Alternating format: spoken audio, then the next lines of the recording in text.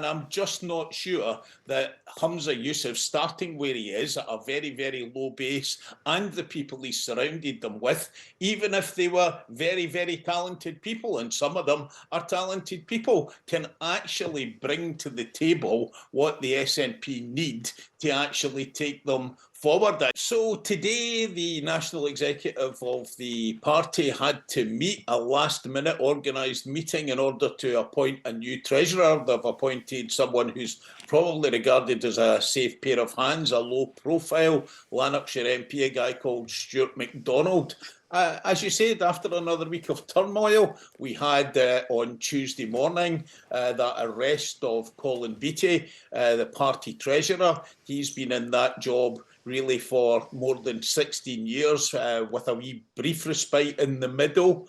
There's been a whole load of trepidation around all week about what and who's going to be next. The leader's speech, as you say, his biggest speech since his election, Humza Yousaf outlining his priorities for the next 3 years, completely overshadowed by that arrest. And as you say, Colin Beattie arrested and then released without charge. The party still remains in a state. It's got no auditors. And because it's got no auditors, it can't finalise its annual accounts. A week ago at the National Executive, Beattie, before he resigned, talked about a loss of cash as a result of falling membership. And to top it all, towards the end of the week, there was a poll in the Times, a bad poll for the SNP. It said that Humza was weak and out of touch. He was incompetent. And he just appeared this week almost like a bystander with little authority to bring it all together. The poll also seemed to suggest that at the Westminster election, they would have a result as bad as 2017, where they lost 21 seats and 500,000 votes, and also pointed out that their majority at Holyrood would be in jeopardy if there was a Holyrood majority. And when I say a Holyrood election, like any time soon, when I say Holyrood majority, I mean the SNP and the Greens put together. So a pretty awful week altogether. Because I mean, obviously, there's a huge amount of attention on the SNP, and they're getting like lots of bad headlines. But lots of the psephologists, including John Curtis, say they probably will still be the dominant force in Scottish politics after the next set of elections. I think that's fair. I have to say, though, I will return to that point I made earlier, that the trepidation is perhaps about what's to come. Some of that relates to that investigation by the police. Some of that will relate to, for example, a by-election in Rutherglen.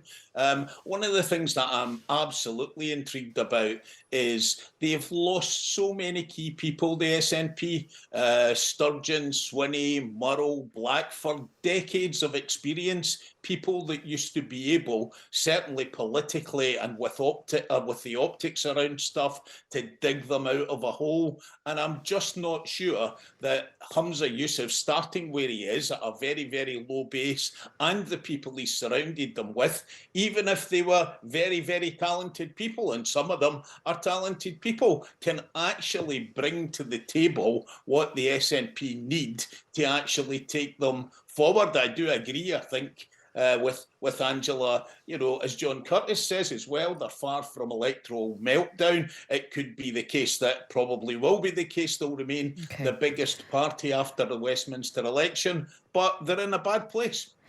And John, Angela, I've got a question to put to you in a moment. I mean, there's a lot of rumours circulating, John Boothman, that, Nicola Sturgeon, may well be arrested. I've heard rumours that Nicola Sturgeon may be considering standing down. I mean, she's not gone back into Parliament, she says, so she doesn't overshadow Humza Yousaf. But, I mean, what are you picking up on that? I mean, that would be pretty explosive, would it not?